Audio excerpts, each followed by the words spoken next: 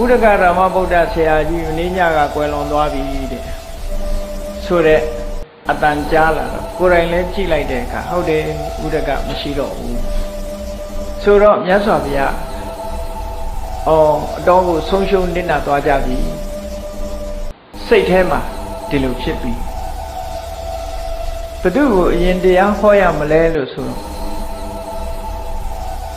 ဒုက္ခရစရိယာကျင့်နေတဲ့အချိန်ဥရဝေလတောမှာဒုက္ခရစရိယာကျင့်နေတဲ့အချိန်မှာအနိပါကနေအကူအညီပေးအားပေးနေကြတယ်ပစ္စဝဂ္ဂိတွေဟာဒီပစ္စဝဂ္ဂိတွေဟာငါ့ပေါ်မှာကျေးဇူးရှိကြတယ်ဒီနေရာမှာမြတ်စွာဘုရားကသူ့ပေါ်မှာကျေးဇူးရှိလို့တရားဟောတာတော့မဟုတ်ဘူးကျေးဇူးရှိတဲ့ပုဂ္ဂိုလ်ကိုယ့်ပေါ်မှာကျေးဇူးပြုဘူးတဲ့ပုဂ္ဂိုလ်ကိုတတိရတယ်ဆိုတာသူတော်ကောင်းတို့ရဲ့သဘောမျှတာဖြစ်တယ်ပေါ့ငါပေါ်ကျေးဇူးရှိရင်ဟောမယ်ငါပေါ်ကျေးဇူးမရှိရင်မဟောဘူးဆိုတဲ့အနေအထားမျိုးမဟုတ်ဘူးနော်ပင်စဝဂ္ဂိတွေတစ်ချိန်လုံးကငါ့ပေါ်မှာကျေးဇူးရှိခဲ့ကြတယ်ဆိုတာကိုပင်စဝဂ္ဂိတွေဘယ်ရောက်နေပါလဲလို့ကြည့်တော့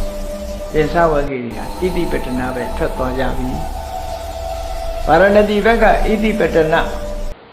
တောထဲမှာနေထိုင်နေကြတယ်ဆိုတာကိုမြင်တော့ပင်စဝဂ္ဂိတွေကိုပဲငါ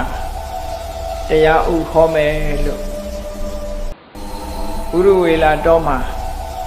ရက်အနည်းငယ်နေထိုင်ပြီးဘုရားအလောင်းတော်ဟာရက်အားဖြင့်ပြောမယ်ဆိုလို့ရှိရင်တော့ဝါဆိုလဆန်း9ရက်လောက်မှာ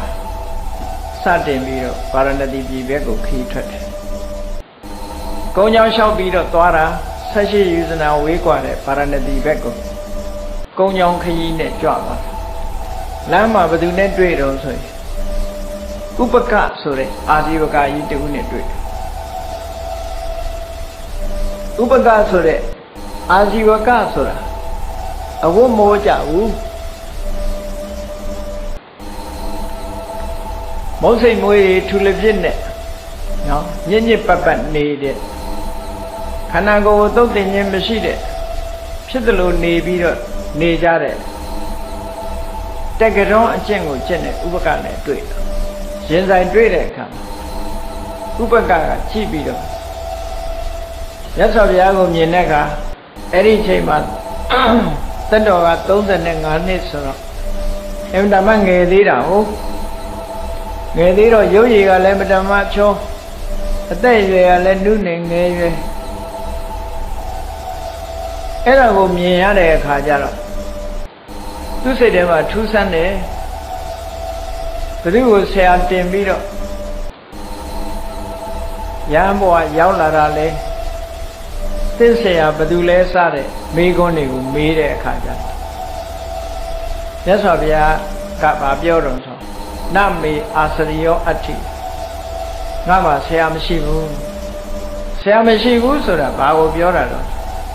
ဝိပဿနာကျင့်စဉ်နဲ့ပတ်သက်ပြီးဆရာမရှိဘူးအခုသူသိတဲ့တရားဟာဘယ်သူမှလမ်းပြတာမဟုတ်ဘူးကိုယ်ပိုင်ဉာဏ်နဲ့သိတာသာဖြစ်တယ်ပေါ့ဒါကြောင့်မို့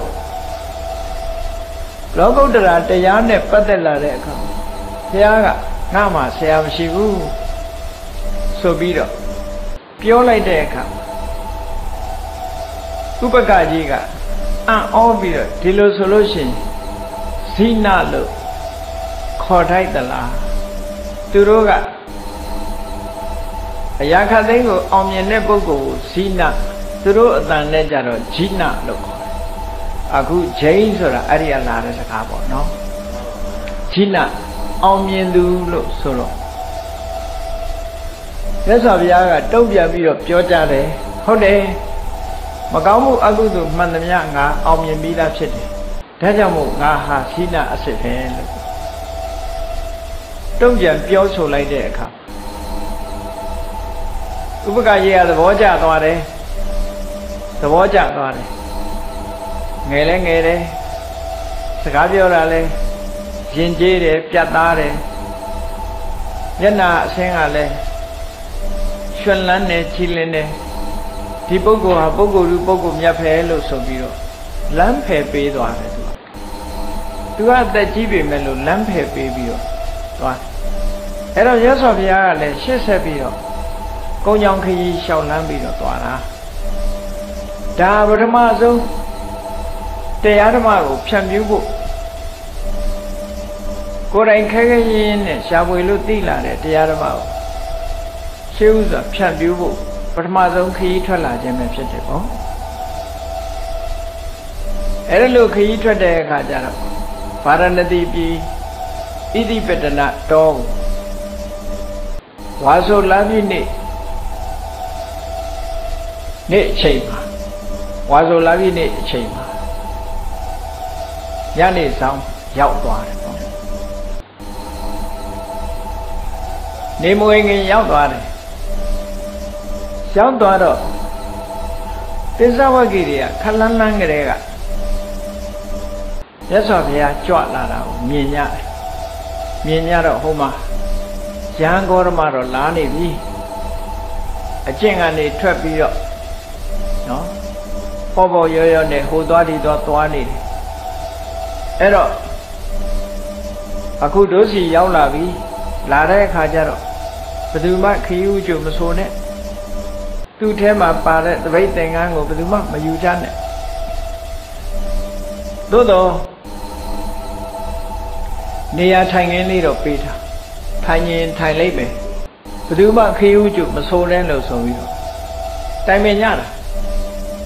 ဘာဖြစ်လို့ဒီလိုလုပ်တာတော့ဘုရားလောင်းဘဝတုန်းကအလွန်မျှော်လင့်ချက်ကြီးစွာ6နှစ်နီးပါးကအနိနာမှာနေခဲ့ကြတာအဲ့ဒီမှာဒုက္ခရစရိယာအကျင့်ကိုလက်လျှော့သွားကြတဲ့ကသူတို့ကစိတ်ပြက်သွားကြတယ်စိတ်ပြက်သွားပြီးတော့အထင်လွဲသွားတယ်အဲ့ဒါကြောင့်မို့လို့မြတ်စွာဘုရားကြွလာတဲ့အခါကျခီးဥကျုံမဆိုကြဘူးမဆိုကြနဲ့လို့ဆိုပြီးတော့ဂတိကဝတ်လုပ်ကြအနိနာလည်းရောက်လာရောမနေနိုင်ဘူးတဲ့ဘာဖြစ်လို့မနေနိုင်တာတော့လို့ဆိုတော့သူတို့လည်းကပိလဝတ်သားတွေပဲလေမြတ်စွာဘုရားငယ်စဉ်တုန်းကတည်းကဘုရားကမင်းသားသူတို့ကဘုရင်ကိုမိကိုပြီးအသက်မွေးရတဲ့ပုံနာတွေအဲ့တော့မင်းသားလာတယ်ဆိုတော့မနေရဘူးပေါ့ဒါလည်းပါမှာပေါ့မြတ်စွာဘုရားရုပ်အဆင်းအင်္ဂါရဲ့ချီလင်မှုမျက်နာရဲ့တည်ငြိမ်အေးချမ်းမှုတွေကိုမြင်လိုက်ရတဲ့အခါမှာမနေနိုင်ကြဘူး